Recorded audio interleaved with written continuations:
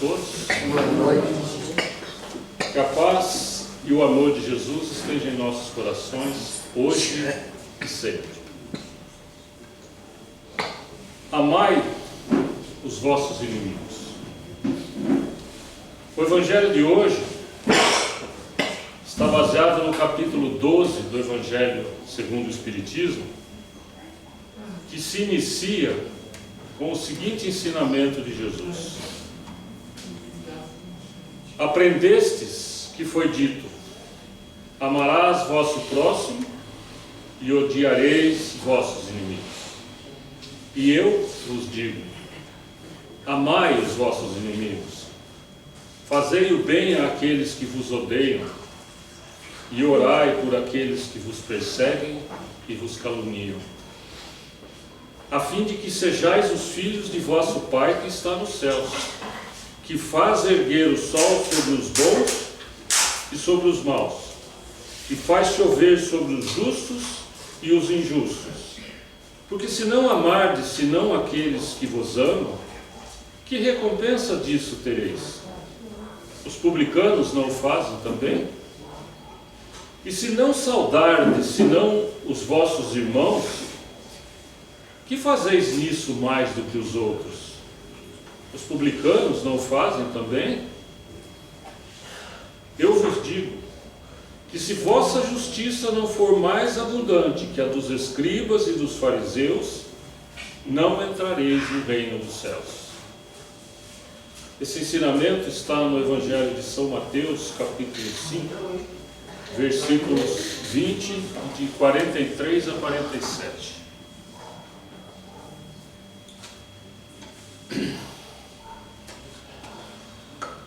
Se o amor ao próximo constitui o princípio da caridade, amar os inimigos é a mais elevada aplicação desse princípio. Porque possuir tal virtude é conquistar a nossa maior vitória contra o nosso orgulho e o nosso egoísmo.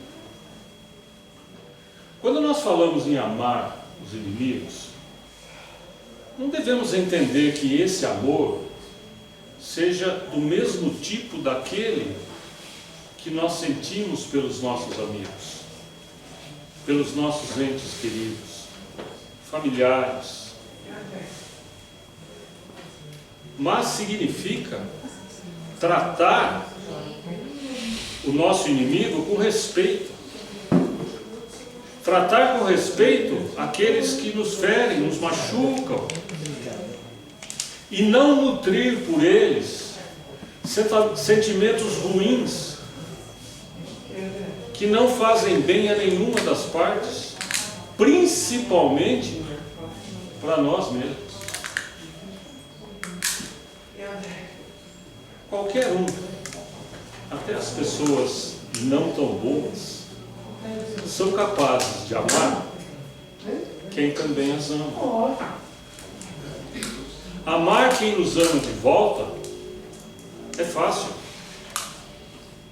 mas o verdadeiro amor tem que ser incondicional.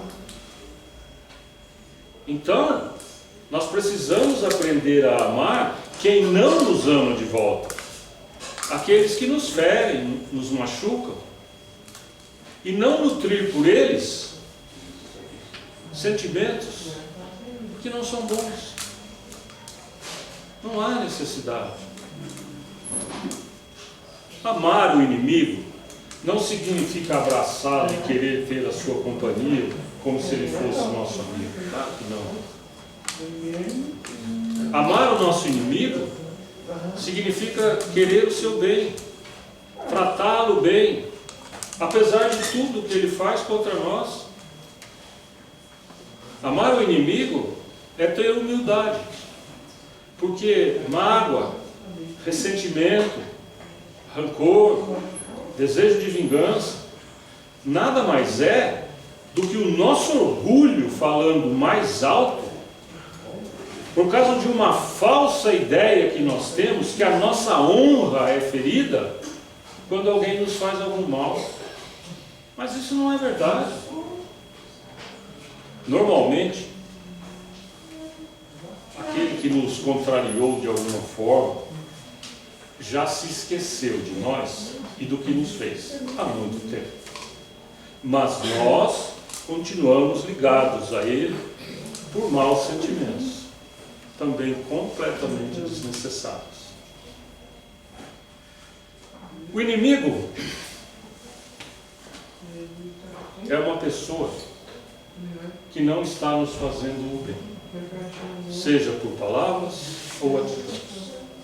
E que não por acaso, e essa é a grande verdade, não por acaso está próximo de nós. Pode ser no trabalho, na escola, ou até mesmo dentro da nossa casa. E a verdade é que sentimentos negativos só nos farão, além de ofendidos, nos ligarmos ao ofensor, ao inimigo. Regra geral, nós nos lembramos mais daqueles que nos magoaram do que daqueles que nos ajudaram e nos fizeram o bem. Respeitar e tolerar o inimigo envolve algumas atitudes da nossa parte que, mesmo não sendo fáceis, porque não são, mas essas atitudes farão com que aconteça a nossa elevação moral. Nós é que vamos crescer.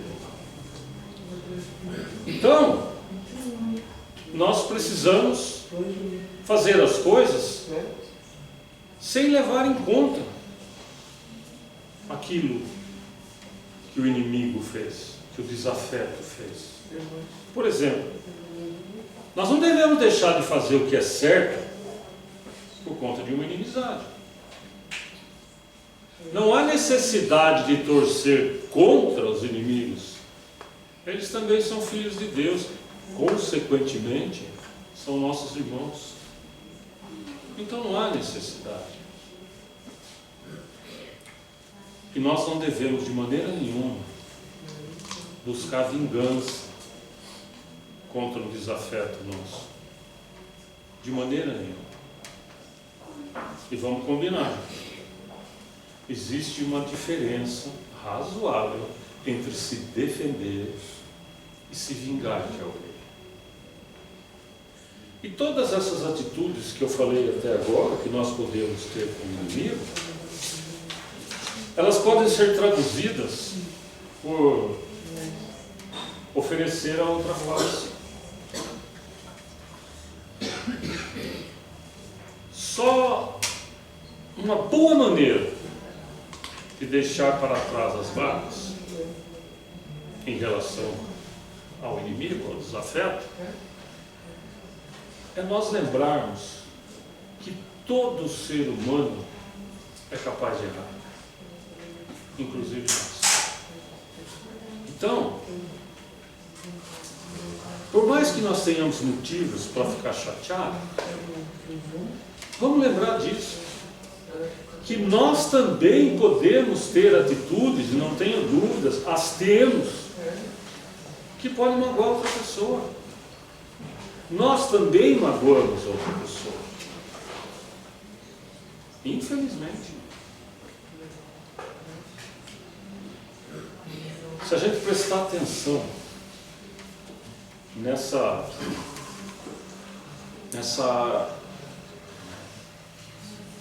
prática humana referente às falhas, é possível que a gente encare aquilo que o desafeto fez de uma maneira mais leve, de uma maneira menos acusadora. E isso, com certeza, vai fazer com que a gente trate o nosso inimigo com tolerância, com aceitação, Mas eu repito, nessas condições, nós é que estamos evoluindo moralmente, se nós conseguirmos essas atitudes. Então, essa ideia de que todos nós podemos magoar, e então nós temos uma visão mais calma, né, mais tranquila da situação, vai ajudar a gente de fato a perdoar. E é isso que nós temos que fazer. Foi isso que Jesus nos ensinou.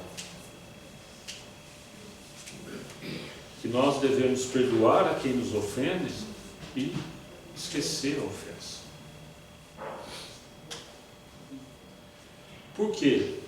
Tudo isso, eu estou falando a respeito do inimigo, do desafeto, é porque é exatamente isso que Jesus está dizendo nessa passagem. Amar os nossos amigos não tem nada de extraordinário.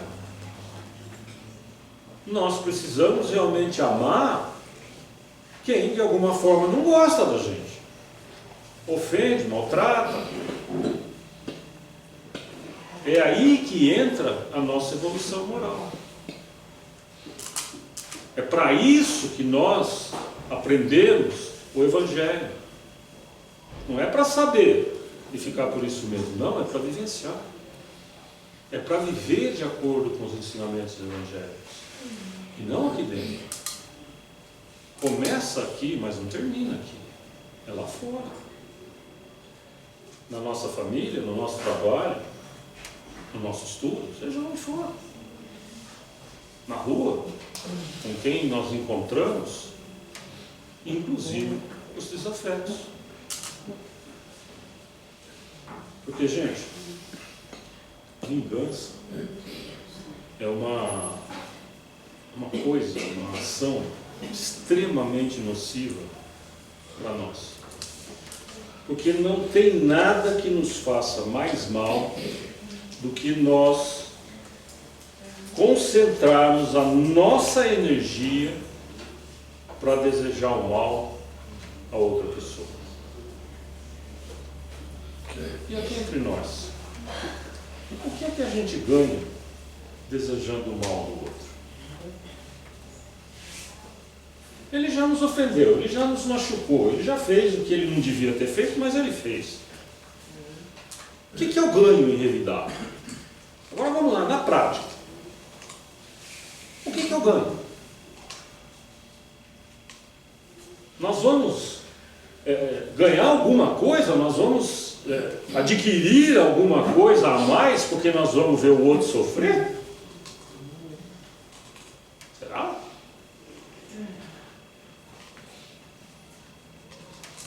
Tudo bem. A gente pode ter até um prazer momentâneo, né? Naquele momento que a gente olha e diz assim, né? Bem feito. Quem mandou? Mas não vai passar disso. É extremamente passageiro. Por quê?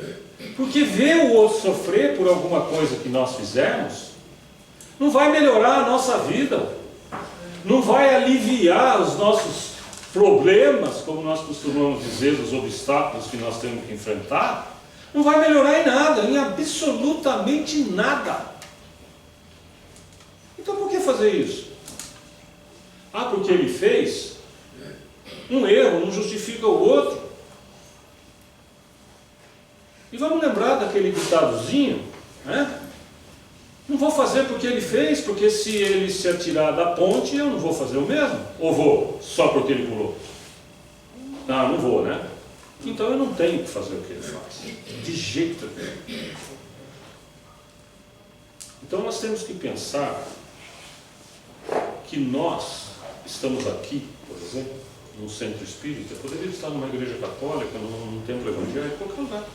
Mas nós estamos aqui procurando aprender o Evangelho, procurando aprender os ensinamentos de Jesus, para que nós possamos melhorar moralmente, para que nós possamos evoluir espiritualmente. É nisso que nós temos que pensar sempre. É com isso que nós devemos estar sempre preocupados. O que o outro fez de mal para mim é problema dele. Ele está saindo do caminho que ele não deveria sair. Ele está desobedecendo a lei divina do amor. Ele, tem nada a ver comigo. Mas no momento em que eu dou uma resposta, no mesmo calibre, no mesmo tom, do mesmo jeito, aí o problema passa a ser meu. Aí vira para mim. Porque aí vai mexer comigo moralmente, vai mexer comigo espiritualmente. E aí é comigo. E aí não está adiantando muito eu vir aqui. Por quê? Porque eu estou ouvindo o que eu não devo fazer, mas quando o outro me provoca, eu mando ver. Vamos então pedir que Jesus nos ajude a sempre escolher fazer o bem. Porque isso sim vai ser bom para nós, vai ser ótimo para nós.